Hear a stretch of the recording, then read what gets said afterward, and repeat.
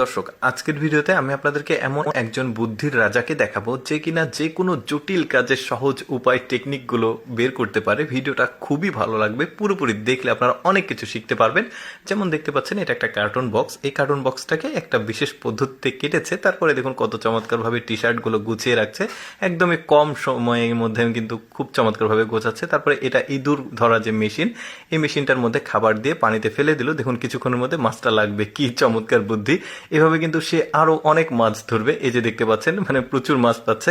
আপনারা কিন্তু এই পদ্ধতিটা অবলম্বন করতে পারেন। তারপরে দেখতে পাচ্ছেন, উপরে যদি লাইট লাগাতে সমস্যা হয়, অনেক উঁচু জায়গাতে এইভাবে বোতলটাকে সাইজ করে কেটে এভাবে কিন্তু চমৎকারভাবে লাগাতে পারবেন। এই বুদ্ধিটাও কিন্তু খুবই ভালো। আরো কিছু দেখায় আপনাদেরকে। দেখুন, কাপড় চোপড় কাচার জন্য হাত দিয়ে কাচতে গেলে কিছুটা কষ্ট হয়, এইভাবে সাইকেলের সঙ্গে লাগিয়ে আপনারা কিন্তু কাপড় চোপড়গুলো কাচতে পারবেন। দেখতে পাচ্ছেন, লোকটার কিন্তু আরো অনেক বুদ্ধি রয়েছে। তারপরে কাপড় থেকে যে পানিটা সরাতে হলে কিন্তু দুইজন প্রয়োজন হয়। এভাবে একটা চাকার সঙ্গে লাগিয়ে কাপড়ের যে ভেজা কাপড়ের যে পানিটা এভাবে শুকিয়ে নিতে পারবেন। বেশ চমৎকার বুদ্ধি কিন্তু। তারপরে দেখুন, এই যে কয়েল, মশার কয়েল, এভাবে কিন্তু একটা বক্সের মধ্যে, টিনের বক্সের মধ্যে এভাবে লাগাতে পারবেন এই পিনটা দিয়ে।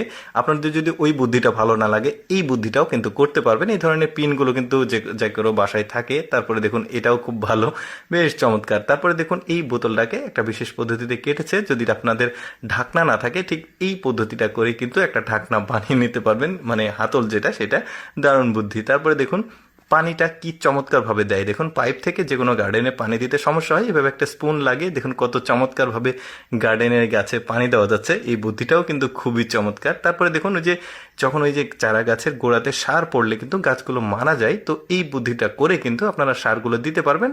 গোড়াতে পড়বে না, চারিদিকে পড়বে, গাছটা কিন্তু ভালো থাকবে। তারপরে দেখুন, এইভাবে চেয়ার্স করার কেউ না থাকলে ফ্যানের সঙ্গে জাস্ট একটা লাগিয়ে নেবেন, তারপরে আপনি এভাবে চেয়ার্স করে খাবেন। বেশ চমৎকার বুদ্ধি।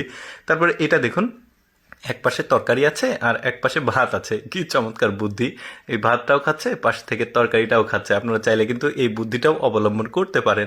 তারপরে দেখুন, ওই যে মাজুনি কিভাবে বোতল কেটে এইভাবে লাগিয়েছে, এখন ভালোভাবে মাজা যাবে। তারপরে দেখুন, সুইয়ের মধ্যে সুতা প্রবেশ করানোর কি চমৎকার একটা টেকনিক!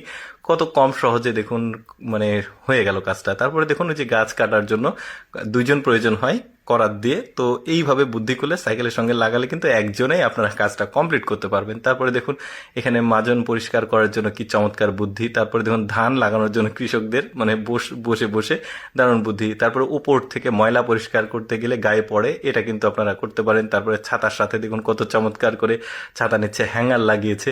কি চমৎকার সব বুদ্ধি! এই বুদ্ধিটাও কিন্তু বেশ চমৎকার ছিল।